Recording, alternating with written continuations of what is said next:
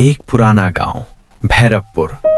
चारों तरफ खेत, टूटी कच्ची सड़कें और रात होते ही ऐसा सन्नाटा जैसे हर चीज किसी डरावनी शक्ति के अधीन हो। यहाँ गांव में कुछ दिनों से रात में लोग एक एक करके गायब हो रहे थे और इन्हें कौन गायब कर रहा है ये कोई नहीं जानता। इसी वजह से गांव के लोग रात में बाहर निकलने से डरने लगे थे। अमन शहर में रह रहा था। उसके पिता की हाल ही में मौत हुई थी और अब उसे अपने पुश्तैनी घर और जमीन के कागज पूरे करने के लिए भैरवपुर लौटना पड़ रहा था। शाम का समय था। आकाश में हल्की धुंध छाई हुई थी और सड़कें लगभग अंधेरी थीं। अमन एक ऑटो में बैठा गांव की ओर बढ़ रहा था। ऑटो वाला चुपचाप गाड़ी चला रहा था। अमन ने मजाक में कहा, भाई रात में तो काफी सुनसान रहता है यहाँ। ऑटो वाला बस एक ही बात बोल पाया, साहब कोशिश करना रात को बाहर मत जाना। रास्ता लंबा और धुंध से भरा था। अमन ने बाहर झांककर देखा तो सड़क किनारे खड़े पेड़ और खेतों के बीच से गुजरती अजीब सी परछाइयां दिखाई दी। हल्की हवा से पेड़ों की शाखाएं ऐसे फुसफुसा रही थीं जैसे कोई धीरे धीरे कुछ कह रहा हो। अमन ने खुद से कहा, बस शहर में रहकर ही अच्छा था। ऑटो धीरे धीरे गांव के मुख्य चौक पर पहुंचा। वहां का दृश्य देखकर अमन हैरान रह गया। पूरा गांव सन्नाटे में डूबा था। कोई दुकानदार नहीं, कोई आदमी नहीं। चौपाल खाली थी। कुत्ते भी अपनी जगहों पर बैठकर डरावनी आवाज में भौंक रहे थे। अमन ने कहा, भैया अब जाओ। ऑटो वाला सिर हिलाकर चुपचाप वहां से चला गया। अमन अपने पुराने घर की ओर बढ़ा। पुराने रास्ते, टूटी सीढ़ियां और जर्जर दीवारें उसे बचपन की याद दिला रही थीं। घर का दरवाजा अजीब तरह से बंद था। तभी उसे अपनी बचपन की दोस्त काव्या दिखाई दी। काव्या अब अकेली रहती थी। उसका चेहरा थका हुआ और डरा हुआ लग रहा था। काव्या ने धीमी आवाज में कहा, अमन, इतने साल बाद कैसे हो? यहाँ कैसे आना हुआ?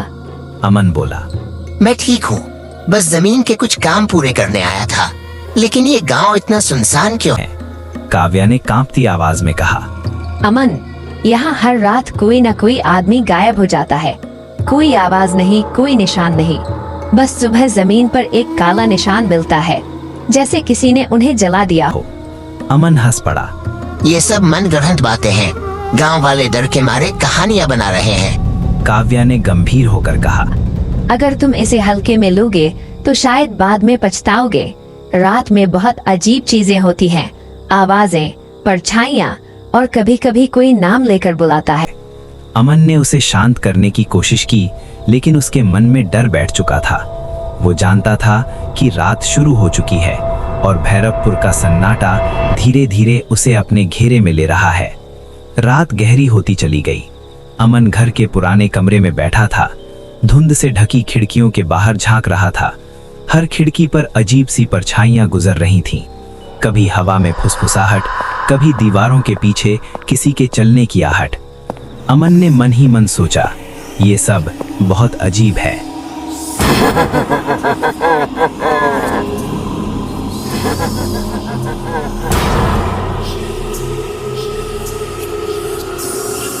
लेकिन अमन के पास समय कम था। वो डरते डरते सो गया। अगले दिन जमीन और घर के कागज पूरे करने थे। वो धीरे धीरे गांव की गलियों में घूमना शुरू करता है। वहां हर घर का दरवाजा जल्दी बंद हो जाता है। कोई बाहर दिखाई नहीं देता। चौपाल बिल्कुल खाली पड़ी है। कुत्ते भी अजीब तरह से उसे घूर रहे थे। अमन ने महसूस किया कि जैसे हर कोई डर के साए में रह रहा हो। तभी उसे गांव का पुराना पंडित दिखाई दिया। पंडित बुजुर्ग और बेहद गंभीर थे। उनका चेहरा समय की मार झेल चुका था। पंडित ने अमन को देखते ही गंभीर स्वर में कहा, अमन, तुम यहाँ क्या करने आए हो? अमन बोला, पिताजी के जमीन के कागज पूरे करने। लेकिन यहाँ सब कुछ इतना अजीब क्यों है? पंडित ने कहा, ये गांव शापित है और ये श्राप उसी जमीन से जुड़ा है जो तुम्हारे परिवार की थी। अमन हैरान रह गया। कैसा श्राप? पंडित बोले, तुम्हारे दादा ने इस जमीन पर बना एक मंदिर गिरवा दिया था। उस मंदिर में एक रक्षक आत्मा थी जो गांव की रक्षा करती थी। जब मंदिर टूटा वो आत्मा कैद हो गई। अब वो हर रात किसी इंसान की आत्मा खींचती है ताकि अपनी कैद से मुक्त हो सके।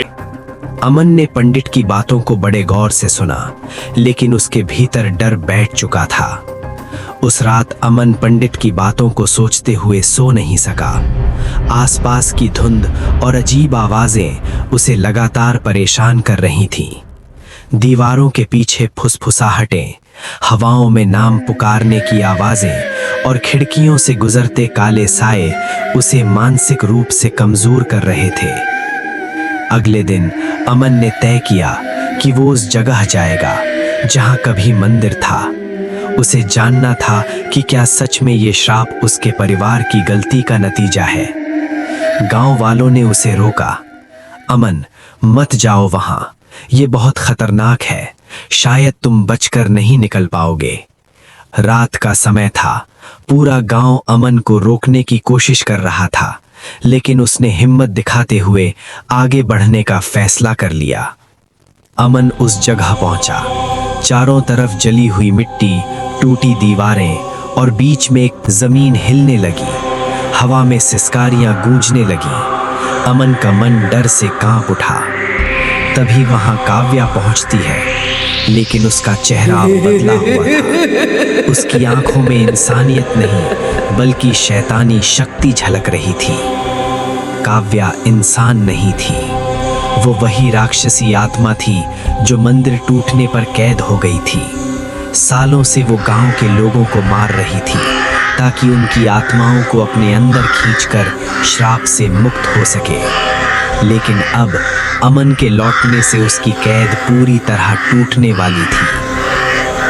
काव्या की डरावनी आवाज गूंजी, अब मैं तुम्हें नहीं छोड़ूंगी। तुम्हें निगलने के बाद मैं इस श्राप से मुक्त हो जाऊंगी। अमन चीखा, नहीं, मुझे छोड़ दो। चारों तरफ काला धुआं फैल गया। धीरे धीरे अमन उस धुएं में गायब हो गया। गांव में अब सिर्फ सन्नाटा रह गया और हवा में हल्की हल्की सिसकारियां। सुबह गांव में अफवाह फैल गई। अमन भी उस राक्षस के चंगुल में फंस गया। गांव के लोग अब और ज्यादा डर के साये में जीने लगे। भैरवपुर की धुंध और गहरी हो गई। सड़कें, पेड़, खेत और पुराना घर, सब कुछ जैसे अमन की कमी को महसूस कर रहा हो। और काव्या अब पूरी शक्ति के साथ गांव में घूमती है। हर रात वो नए शिकार ढूंढती है और कोई नहीं जानता अगली रात दीवारों पर किसका साया रह जाएगा।